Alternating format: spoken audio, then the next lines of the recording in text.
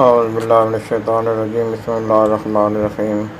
حضرت سیدنا ابو بکر صدیق رضی اللہ تعالیٰ عنہ، آپ کی صحابیت قطعی اور قرآن پاک سے ثابت شدہ ہے۔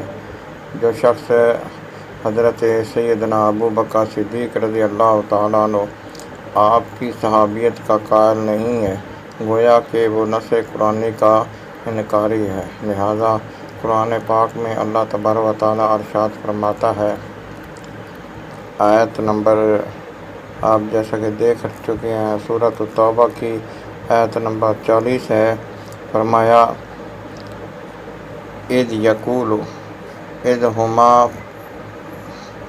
فی الغار، جب وہ دونوں غار میں تھے، اذ یقول لصاحبہ، جب آپ صلی اللہ علیہ وآلہ وسلم اپنے صحابی سے فرماتے تھے۔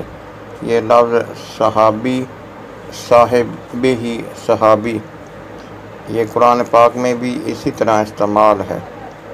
فرمایا، لا تحزن ان اللہ معنا، جب آپ اپنے صحابی حضرت سیدنا ابو بکر صدیق رضی اللہ تعالیٰ عنہ آپ سے فرما رہے تھے کہ تو غم نہ کر، اللہ تعالیٰ ہمارے ساتھ ہے۔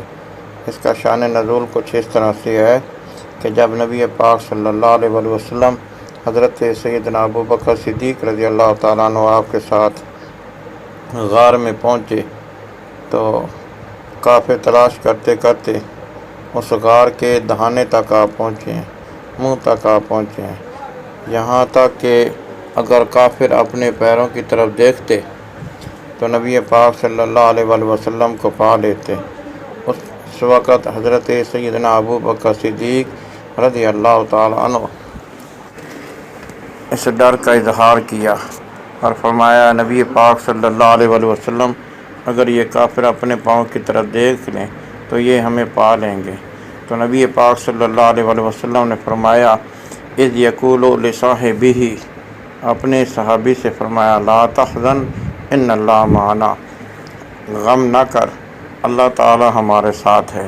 اور حدیث شریف میں اسی طریقے سے الفاظ ہیں کہ نبی پاک صلی اللہ علیہ وآلہ وسلم نے ارشاد فرمایا، اے حضرت ابو بکر صدیق رضی اللہ تعالیٰ عنہ، ان دو اشخاص کے بارے میں تیرا کیا خیال ہے جن کا تیسرا مددگار اللہ تعالیٰ کی ذات ہو؟